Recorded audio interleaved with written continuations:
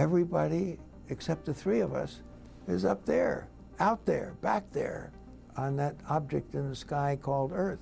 This is unusual. Many people around the world have heard the incredible story of the Apollo moon landings. But years after making history, Buzz Aldrin, the second man to walk on the moon, shared emotional words that surprised many people. With a trembling voice, he said, "The moon is not what you think," leaving many wondering what he really meant. As scientists and artificial intelligence continue to discover new things about the moon, his words seem more meaningful than ever. So, what did Buzz Aldrin truly mean? And are we only now beginning to understand the moon? Buzz Aldrin's moon. Emotional revelation. Buzz Aldrin, the second man to walk on the moon, was sitting across from a reporter during a television interview marking the 11th anniversary of the Apollo 11 mission. The cameras were on, the studio lights were bright, and everyone expected another calm and familiar story about humanity's first journey to the moon. When the reporter asked what the moon still meant to him after all those years, Buzz stayed silent for a few moments. His hands became still, and tears began to fill his eyes. Then, in a quiet, shaky voice, he said, "The moon is not what you think." The reporter stopped for a moment, unsure of what to say next. The control room became completely silent. No one expected such an emotional response from a man who had become one of the greatest heroes in human history. Buzz did not try to hide his feelings or brush the moment aside. Instead, he leaned back in his chair and looked away, as though he was remembering something too painful or too difficult to explain. People who were in the studio later said the mood changed instantly. The man who had once represented courage and success now looked tired, frightened, and lost in thought. This was not the only time people noticed these emotions. Many who have watched Buzz Aldrin speak about the moon over the years have seen the same reaction. Whenever he talks about the lunar landing, his voice often shakes, and sometimes his eyes fill with tears. Reporters who have followed his interviews say there is always a clear change in his tone the moment he starts speaking about the moon. At different times, he sounds proud of what he achieved, but he also seems deeply emotional and uneasy. It gives the impression that those memories carry a much greater weight than he usually lets people see. During a 2019 interview, Buzz described the strange silence on the moon's surface. As he spoke, his voice trembled with emotion. Former co-workers also said that even during private conversations, he would sometimes stop speaking mid-sentence while describing Earth as seen from space, as if he could not find the right words to express what he had experienced. People who know Buzz Aldrin well say he has two very different sides. In public, he is confident, energetic, and always encourages new space missions. He enjoys talking about the future of space exploration and inspires others to keep reaching for new goals. His short statement, "The moon is not what you think," continues to leave people around the world wondering what he really meant. Was he expressing regret? Was he finally opening up about something deeply personal? Or was he trying to warn people that the moon holds secrets and emotions that are impossible to explain? Let's find out. The historic moon mission. In July 1969, thousands of people gathered at Florida's Kennedy Space Center to watch one of the greatest moments in history. Television cameras from around the world focused on one giant rocket as reporters waited excitedly to tell the story. Standing 363 feet tall, the Saturn V was the most powerful rocket ever built. Its job was to launch the Apollo 11 spacecraft on the first mission to land humans on the moon. The mission had 3 astronauts, Neil Armstrong, Michael Collins, and Buzz Aldrin. Their journey was not based on luck. It was the result of years of planning, careful testing, and hard work. More than 300,000 scientists, engineers, and technicians worked together to make the mission possible. Every switch, wire, circuit, and bolt was checked again and again because even one small problem could destroy the rocket and put the crew's lives at risk. Everyone involved knew that success and failure could be separated by only a fraction of a second. Early on the morning of July 16, 1969, the astronauts arrived at Launch Complex 39A. Dressed in white pressure suits and helmets, they smiled and waved briefly to the cameras before taking an elevator to the top of the rocket. Inside the command module, they climbed into small, tightly packed seats, surrounded by screens, switches, and cables. They remained strapped in for about 2 hours, while technicians completed the final checks. Below them, fuel flowed into the rocket with a loud hissing sound as the countdown continued. At 9:32 a.m., the engines roared to life. The ground shook as huge flames burst from the bottom of the rocket. The powerful sound could be felt miles away. Slowly, the Saturn V lifted off the launch pad before speeding higher into the sky until it disappeared from sight. As the shaking stopped, Mission Control continued guiding the flight. Inside the spacecraft, the only sound was the soft hum of the systems keeping the astronauts alive. The crew watched as the rocket's first stage separated exactly as planned. Soon after, the next stage fired, pushing the spacecraft even faster. Before long, Apollo 11 was traveling at about 24,000 miles per hour. While the astronauts checked the spacecraft's systems, engineers on Earth watched every piece of data in real time. Even during the trip, one mistake could still put the mission in danger. Buzz Aldrin stayed calm, and mission records showed his heart rate remained steady as the spacecraft left Earth's gravity behind. The journey to the moon took 3 days. As they looked through the windows, Earth slowly became smaller until it looked like a bright blue marble floating in space. At the same time, the moon appeared larger each day. Although the trip was long and difficult, every system continued to work as expected. Around the world, millions of people waited for updates, knowing history was about to be made.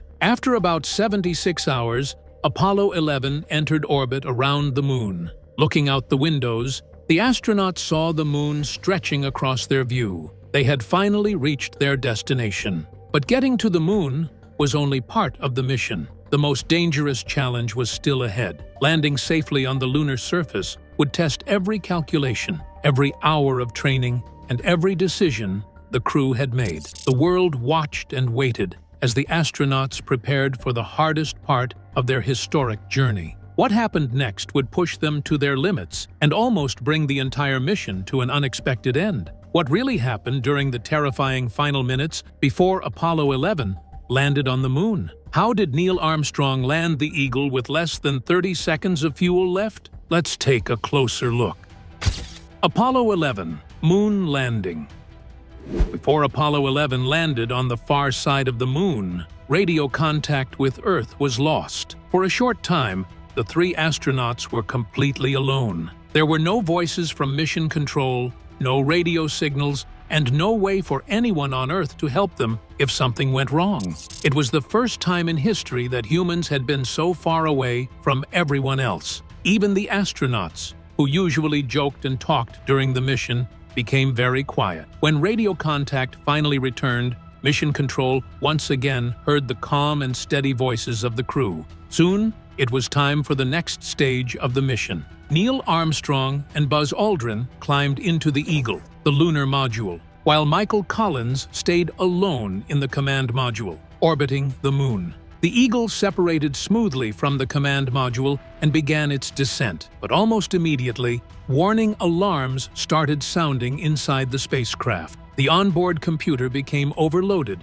and displayed several unexpected warning messages. Back on Earth, engineers quickly worked to decide if the landing could safely continue. Armstrong took manual control of the spacecraft to guide it toward a safe landing area. Aldrin calmly called out their height, speed, and other important information. Their fuel was running dangerously low. If the engine failed too soon, the spacecraft could crash. In Houston, Mission Control could even hear the astronauts breathing through the radio. With less than 30 seconds of fuel remaining, Armstrong found a flat landing spot and carefully brought the Eagle down.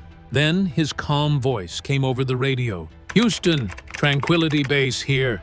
The Eagle has landed." The room at Mission Control exploded with cheers, applause, and even tears of joy. Around the world, millions of people watching on television celebrated this historic moment. Inside the lunar module, however, everything was completely still. Looking through the small window, Armstrong and Aldrin saw a silent gray landscape stretching as far as they could see. There was no wind, no sound, and no movement, only endless quiet. After landing, Armstrong and Aldrin are believed to have sat quietly for several minutes before starting their post-landing checklist. Later, Aldrin said the moment felt both exciting and strange, as though they had entered a place no human had ever visited before. Before stepping onto the moon, Aldrin made a private request to Mission Control. He asked for a few quiet moments to carry out a personal religious ceremony. He took a small communion kit from his flight bag, which had been provided by his church. He said a short prayer and drank a few drops of wine before quietly giving thanks. The moment lasted only a few seconds, but it became an important part of history. It is widely regarded as the first religious ceremony ever performed in another world. For Aldrin, it was a sincere way to express gratitude before taking part in one of humanity's greatest achievements. Soon afterward, he would step onto the moon and experience a place unlike anything known on Earth, a lifeless world filled with complete silence, where the stillness was almost impossible to describe. What did Buzz Aldrin see on the moon that stayed with him for the rest of his life? Why did the silence of the moon continue to haunt Buzz Aldrin long after he returned home?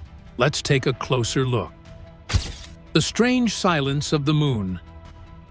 As Buzz Aldrin slowly climbed down the ladder of the lunar module, he expected to see a beautiful and unforgettable view. Many people had imagined the moon as a breathtaking place, but what he saw was completely different.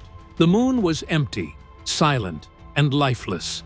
The ground was covered with fine gray dust that stuck to everything. There were no trees, no water, no mountains filled with color, and no signs of life. Nothing moved, and there was no sound at all. The land stretched out in every direction, looking flat and dull.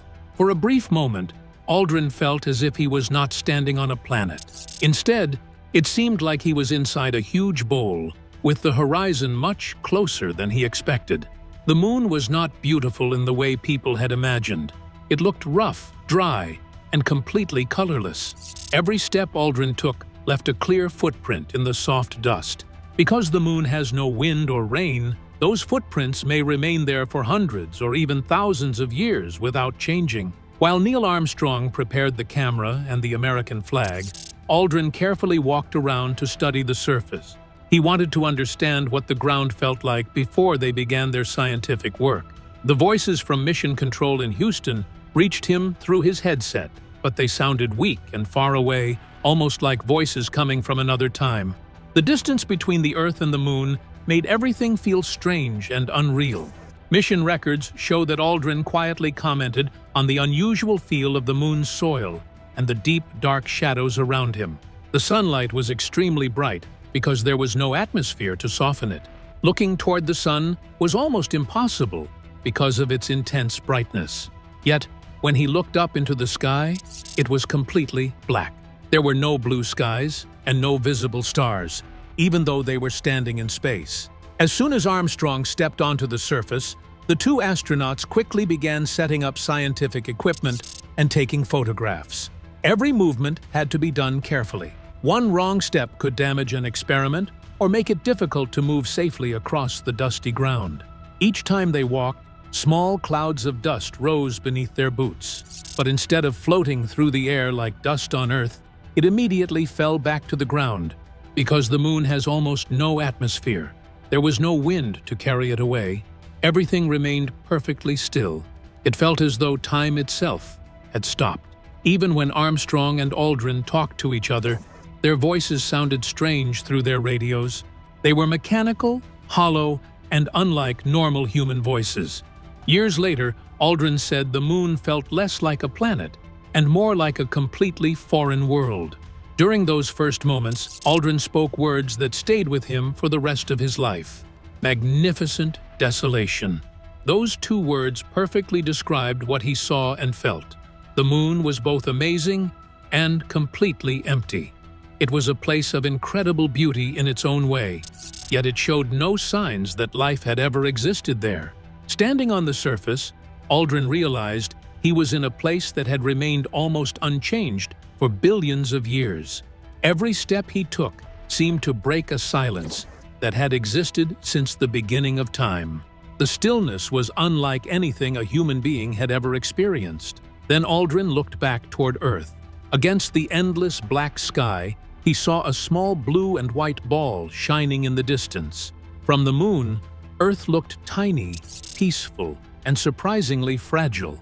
Every person, every city, every country, every ocean, and every living thing existed on that small world. The endless, haunting silence of the moon stayed in his mind for the rest of his life. Why did the second man to walk on the moon struggle to explain what he experienced there? What did Buzz Aldrin see on the moon that changed him for the rest of his life? Let's find out. Aldrin's post-moon struggles. The Apollo 11 astronauts were welcomed home as heroes after returning to Earth. Huge parades filled the streets of Chicago and New York City. Television cameras followed them everywhere as crowds waved flags, cheered, and celebrated. Standing in the back of an open car, Buzz Aldrin smiled and waved to the people. His shiny silver astronaut suit reflected the bright sunlight. From the outside, he looked happy and proud. But inside, part of him still felt connected to the lonely surface of the moon. The excitement of the crowds could not replace what he felt he had left behind. In the weeks after the mission, Aldrin took part in the many events expected of a national hero. He received awards, met presidents, and gave speeches with scientists, military leaders, and young people hoping to become astronauts. He shook hands with children and attended many public events. But those who knew him noticed that he had changed. During interviews, he often gave short answers instead of long ones. At parties and gatherings, he would quietly move away from everyone else and stare into space. Friends said they sometimes found him sitting alone late at night, deep in thought, as if his mind was somewhere far away. Even at work, some co-workers felt that he seemed distracted and not fully present. Unlike Neil Armstrong and Michael Collins, Aldrin often appeared uncomfortable with the media. He was always polite, but he kept some distance from reporters and sometimes seemed lost in his own thoughts during conversations. Some of his close friends later believed that what troubled him was not only what he had seen on the moon, but also what he had come to understand. Seeing the moon changed the way he looked at life. After experiencing such a quiet and endless place, everyday life on Earth no longer felt the same. His fame only made those feelings stronger. People wanted him to describe the moon, but he often struggled to find the right words. He once explained that it was impossible to fully describe the silence because people who had never been there could not understand it. To many people, the moon was a symbol of greatness and adventure. To Aldrin, it also showed how small human beings really are when compared with the vast universe. After seeing something so timeless, simple things like grocery shopping, traffic lights, and busy streets felt strange. Aldrin later admitted that adjusting to normal life after becoming famous was very difficult. Although the mission had ended, he felt as though the silence of the moon had returned home with him. For many years, Aldrin battled sadness and what he later described as a deep sense of loss. Friends said he sometimes stayed awake all night thinking about the moon landing. They also noticed that he would often look up at the night sky as though he was searching for something he had left behind. People close to him believed he had two different sides. One was the careful engineer who relied on science and facts. The other was someone who often thought deeply about life's biggest questions. In later interviews, Aldrin spoke honestly about how the moon never truly left his mind. Even many years later, he continued repeating the same 6 words that reflected his feelings. "You are mistaken about the moon." At first, many people thought he was only speaking in a symbolic way. But as new scientific discoveries were made, some began to wonder if there was more truth behind his words than anyone had first believed. So, what do you think about Buzz Aldrin's emotional revelation about the moon? Share your thoughts with us in the comments section. Don't forget to like and subscribe.